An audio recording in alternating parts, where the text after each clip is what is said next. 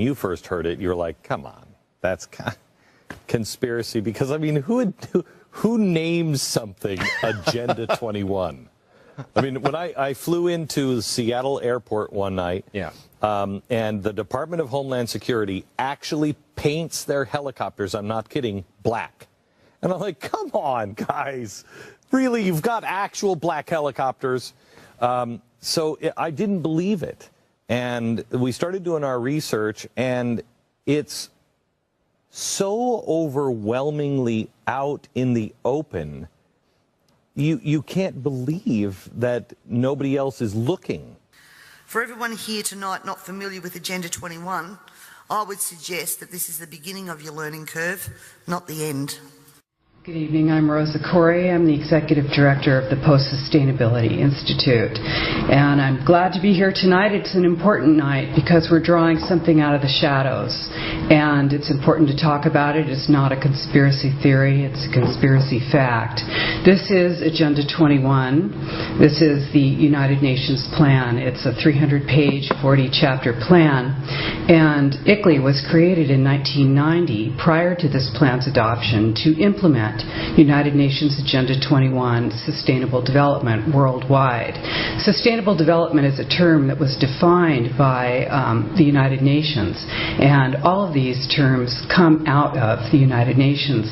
Smart growth is part of the United Nations Agenda 21. Your general plan elements are designed in accordance with United Nations Agenda 21 principles. The plan restricts your choices, it limits your ability to govern yourself, and it takes away your freedom. This seems like a rhetorical statement, but it really is not. This is actually what this plan does. And using the cover of environmental concern, our private property rights and our civil rights have been diminished, and they will continue to be so unless we call a halt to it. ICLEI is the International Council for Local Environmental Initiatives, but it changed its name so that you wouldn't know that it's international. It seems like all of these things seem like they sound so good. Sustainable development, green, vibrant, walkable, bikeable. You know, how could you be against that? But really, when you know about this plan, it is really very serious. Did you know that there's regional plans all across the nation right now that are being rolled out that are all exactly the same? They're all in alignment with the principles of UN Agenda 21. And ICLEI is their agent. An NGO is an affiliate of the United Nations. That's what that means. They're not part of this government. They're outside, coming from outside of our nation. And they don't have the best interests of Americans at heart. What they're going for is 11 regions in North America, not states, not our 50 states, 11 regions. They will be appointing people to do the planning and the running and the operation of those regions through the United Nations. The International Council of Local Environments is an oxymoron to me. What does the International Council have to do with our local environments? On the ICLEI website, it says 200 local governments from 43 countries convened at our inaugural conference, the World Congress of Local Governments for Sustainable Future at the United Nations in New York. I think there's a connection. Wouldn't you agree, Mr. Mora?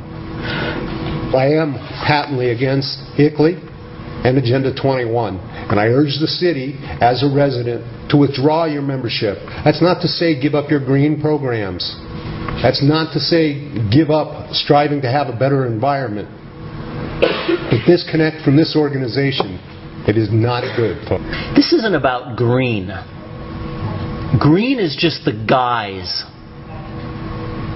Green is just the guise until we open our eyes and realize that control is how the people that you're working for really roll. Here is the Local Agenda Planning Guide, ICLEI. Local Agenda Planning Guide, ICLEI. If you open this up, it's from Maurice Strong. It talks about the United Nations. It talks about Agenda 21. This is it. You cannot deny that they are not connected.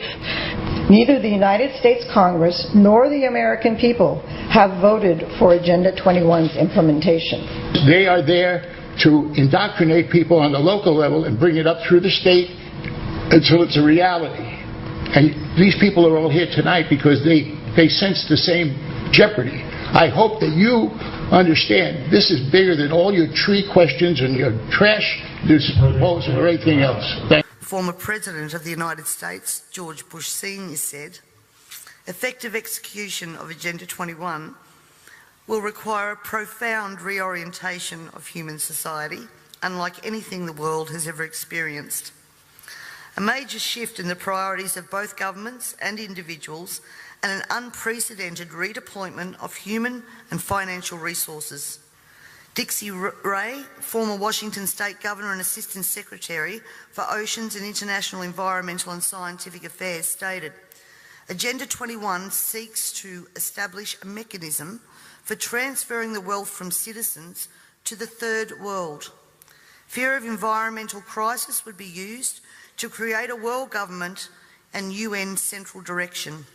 This segment of our society, who fear one world government and UN invasion, through which our individual freedoms will be stripped away, would actively work to defeat any elected official who joined the conspiracy by undertaking Agenda 21. So we will call our process something else. We will call it comprehensive planning or growth management or smart growth. We ended up with sustainable development. Sustainable development has become the popularized expression for Agenda 21. Agenda 21 is the 1992 United Nations Rio Declaration on the Environment and Development. It is the agenda for the 21st century you're living in today. For a brave new world where everything that you cherished and held true will no longer exist. Agenda 21 defines itself as the comprehensive plan of action to be taken globally, nationally, and locally by organizations of the United Nations systems. It also elevates nature above man. And it contains something called the precautionary principle, where basically you're guilty until you're proven innocent. Sustainable development is the philosophy designed to bring human beings across the globe under the full control of a narrow human elite. It's a 40-chapter document to basically control the world. It's based entirely on socialist control mechanisms. Sustainable developers have designed a global movement coordinated through a global to local action plan to create world government in accordance with certain objectives. The focus of sustainable development is the abolition of private property, societal undermining of the family, and abandonment of the constitutional protection of unalienable rights as described in the Declaration of Independence. You see, I sat on the Santa Cruz Agenda 21 committees. Now, this was a lot of crazy ideas. This was back in the mid-90s. Crazy ideas I heard. Mother Earth's surface wasn't to be scratched. Human beings were to be concentrated into human settlement zones. Educational systems were to focus on the environment as the central organizing principle. All aspects of life were covered. Well, I went to these committees at the request of some people who told me that I needed to understand what was going on, and I came back and I said, this is craziness. This is so silly. It has no chance of having any effect on our society. Well, I was wrong. The United States government's support for sustainable development, Agenda 21, is very clear.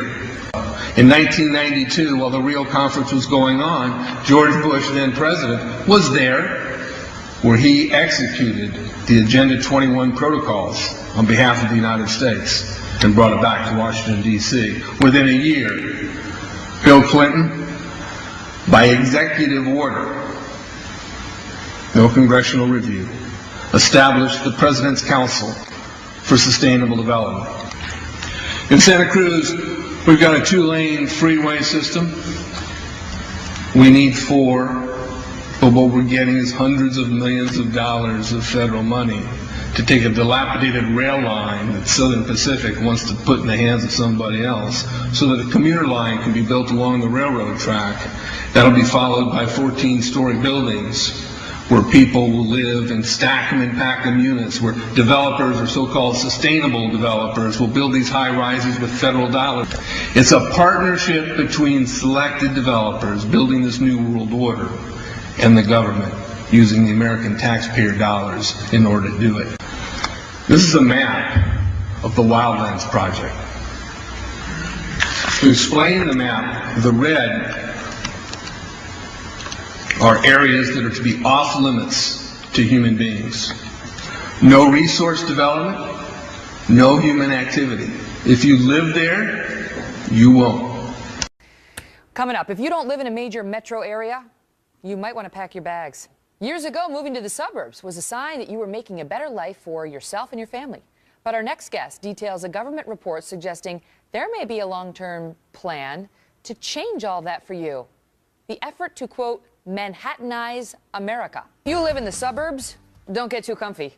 Our next guest says the Obama administration has plans to push Americans slowly but surely out of the burbs and into the big cities as a means to, quote, spread the wealth around. The yellow areas are the areas for major control of all human activity. If you live there, you won't. The black areas, the black dots, are the smart growth zones. That's where human beings are to be stacked and packed in small living units along rail tracks. Notice, the barbed wire faces in, not out. Alright, we're going to go ahead and get out here. Take a look at this a little closer. Stick with me. Okay.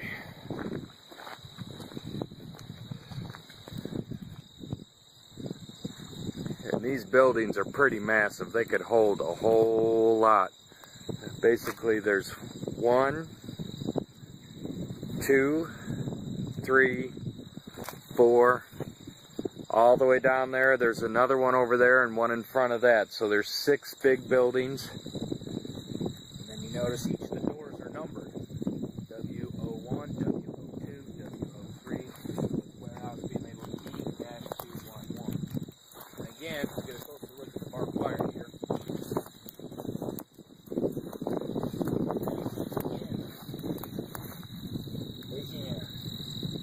You can see the railroad tracks that go on the sides of all the buildings. And it's pretty much been covered by a lot of people. You see the sign out there, hopefully, that says Homeland Security for the T. Don Hutto Residential Center. And so there it is. It's been designated as a FEMA camp in time of civil unrest or declared emergency. A stockpile of military vehicles were recently discovered occupying a secluded commercial property on the outskirts of Las Vegas, at the address of 5750 Sky Point Drive. It doesn't seem as if the Humvees and other military-grade vehicles are for sale, even though they are stationed at a former car dealership that has been stripped of its business logo and signs. It would appear as if the equipment is deliberately being hidden from the public on this secluded property surrounded by barbed wire fences. The front of the building, which can be seen while driving north on Interstate 95 while departing from Vegas, is littered with pedestrian vehicles. After closer investigation, it was clear that the former United Dodge dealership is some sort of military station, judging from the soldiers on the property all dressed and outfitted in army fatigues. However, there is no clear indication or signage posted certifying that it is a United States military base. One 18-year-old boy named Jonathan, who lives in the area, proclaimed the military has been there for 6 months now. His friends added, "We think it's a secret undercover operation or military base." Charlotte Iserby, I owe you an apology. I did not believe for the longest time it was a deliberate dumbing down. I thought the dumbing down was a natural consequence of a bad idea. Folks, it's deliberate. It's deliberate. The sustainable globalist goal is the orchestration of a planned fall of American principles, values, and lifestyles. The effect on the average American will be devastating. With modernizing technology, the ordinary person will live without independence, privacy, or substantive rights. This government has been working overtime to take away our rights to common law through many pieces of legislation. Common law is what guarantees us an ability to correct injustices. This coming year, I promise you, you will also hear debate over a number of pieces of legislation that will further erode our common law rights. And you have to get behind me on this, ladies and gentlemen, to stop this from going through. As Agenda 21 became more and more apparent to me, I began using the line in Parliament that government was now declaring war on its own citizens. And that goes back as far as 2008. This, of course, led me to being labelled a conspiracy theorist. But here we are now, openly talking about Agenda 21 and the ramifications we will see in a short period of time if this is not stopped in its tracks. The environmental crisis will be the international disaster that will unlock the new world order, one world government.